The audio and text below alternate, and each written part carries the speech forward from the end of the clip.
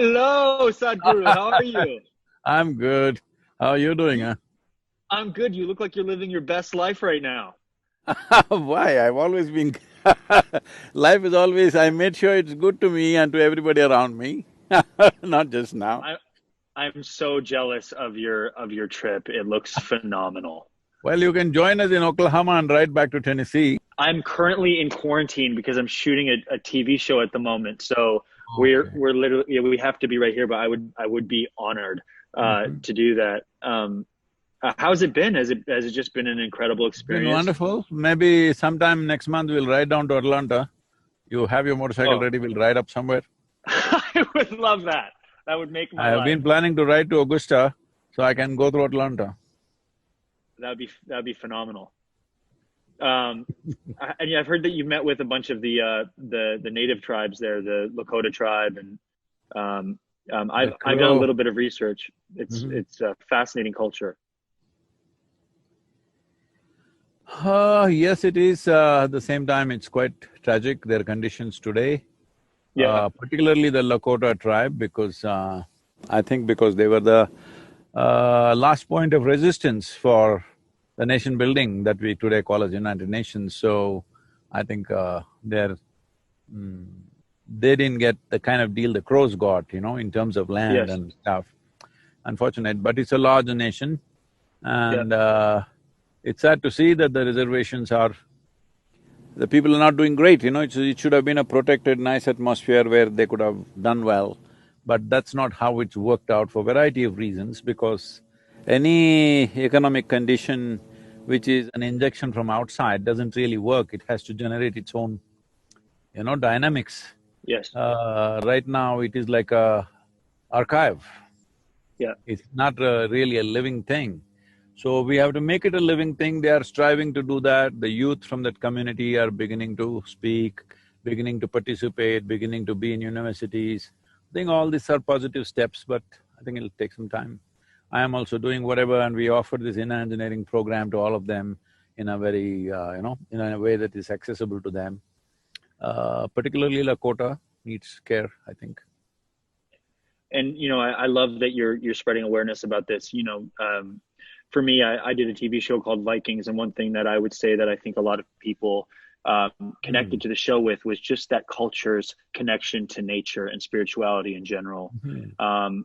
I know we don't have a lot of time together, but I just wanted to tell you, my parents and I are avid followers, and I absolutely Convey my loved your regards book. to your parents. I will. Inner engineering was life changing for me. I thought that book was absolutely phenomenal, and I recommended it to everybody. You And I must do the wanted to ask, program. I'll ask them to send you the IEO, Inner Engineering online link. Please do the program.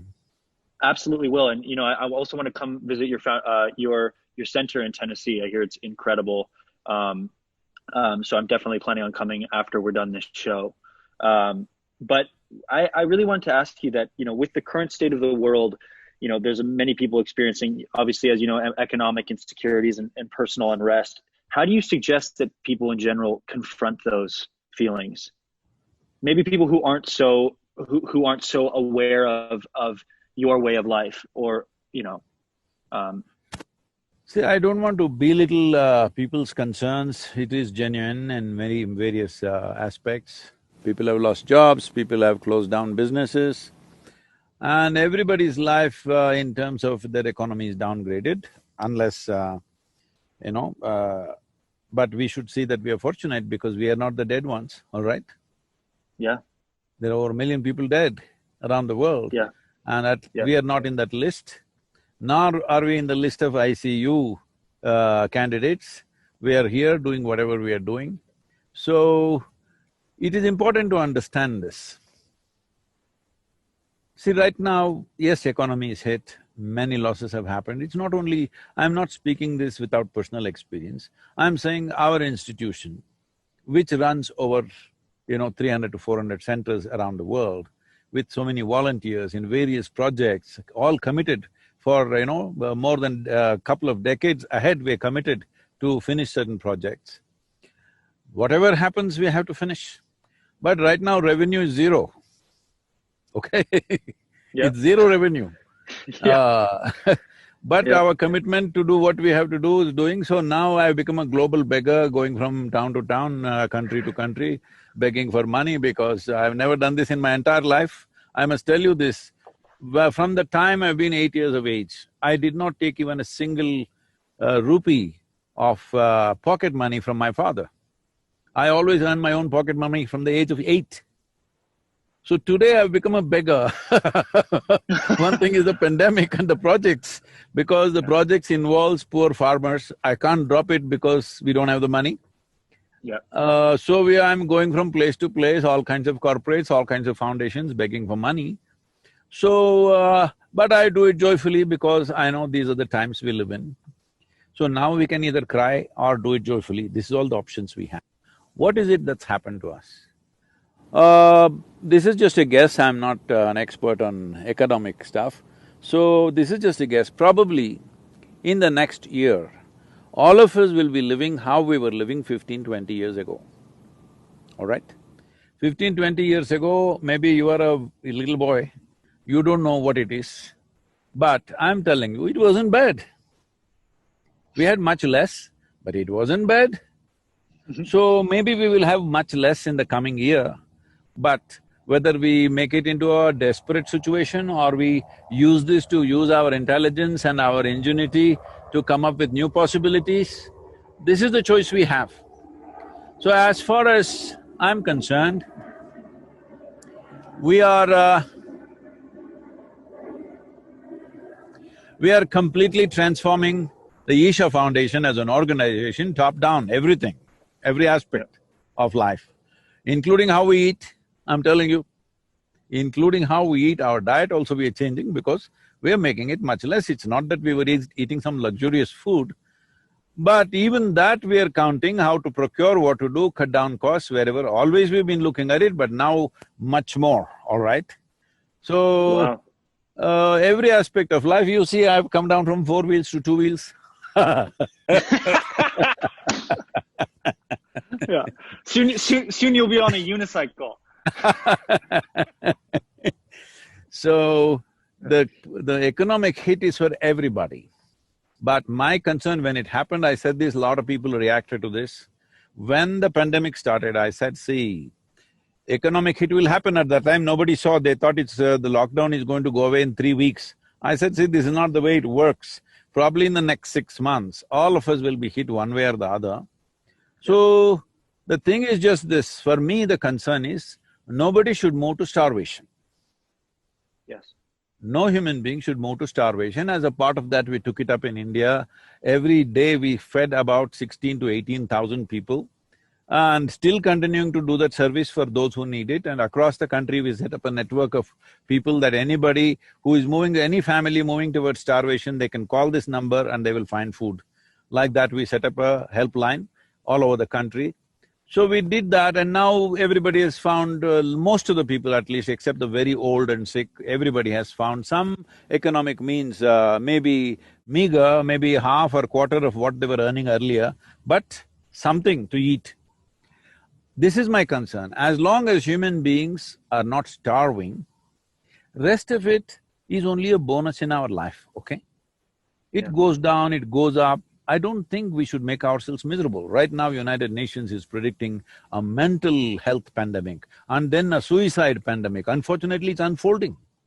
It is unfolding already. So I'm saying, when there is an external problem, you must be at your best to confront that, to see how to go beyond that.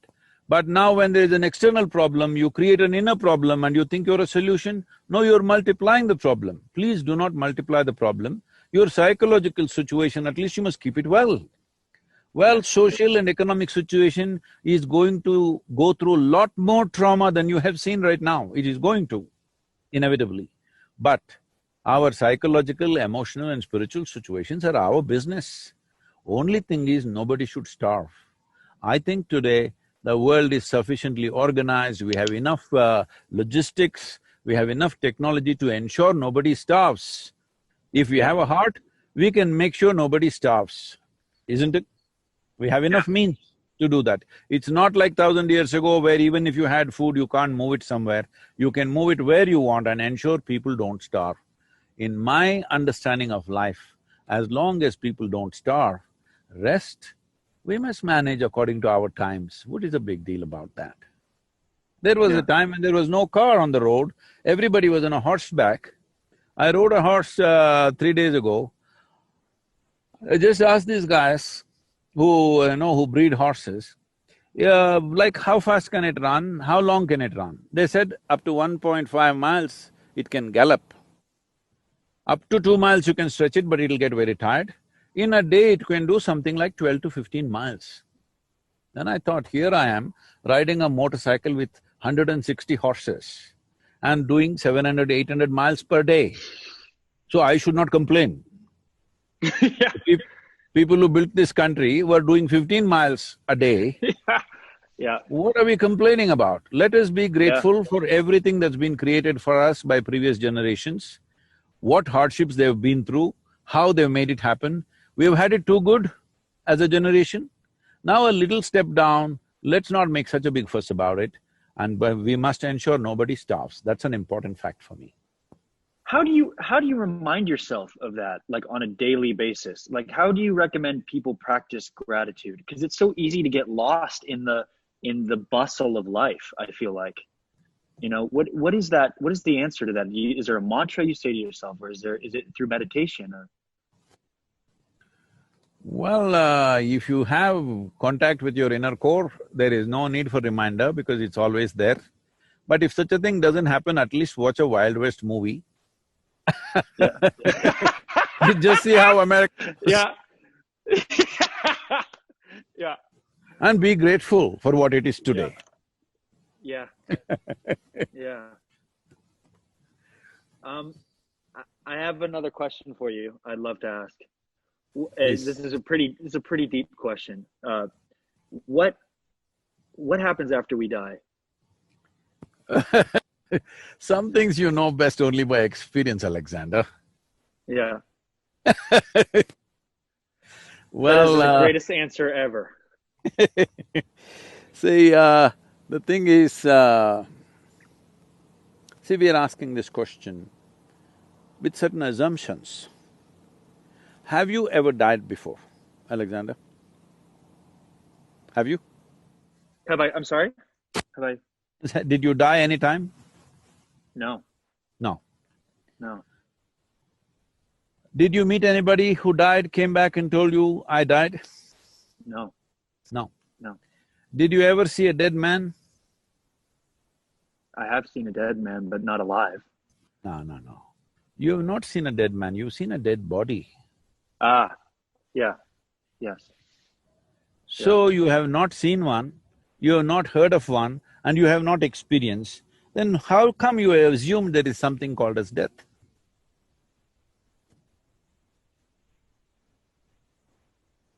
So I'm saying there are too many assumptions in the question. First thing is we must cure ourselves of assumptions and look at it.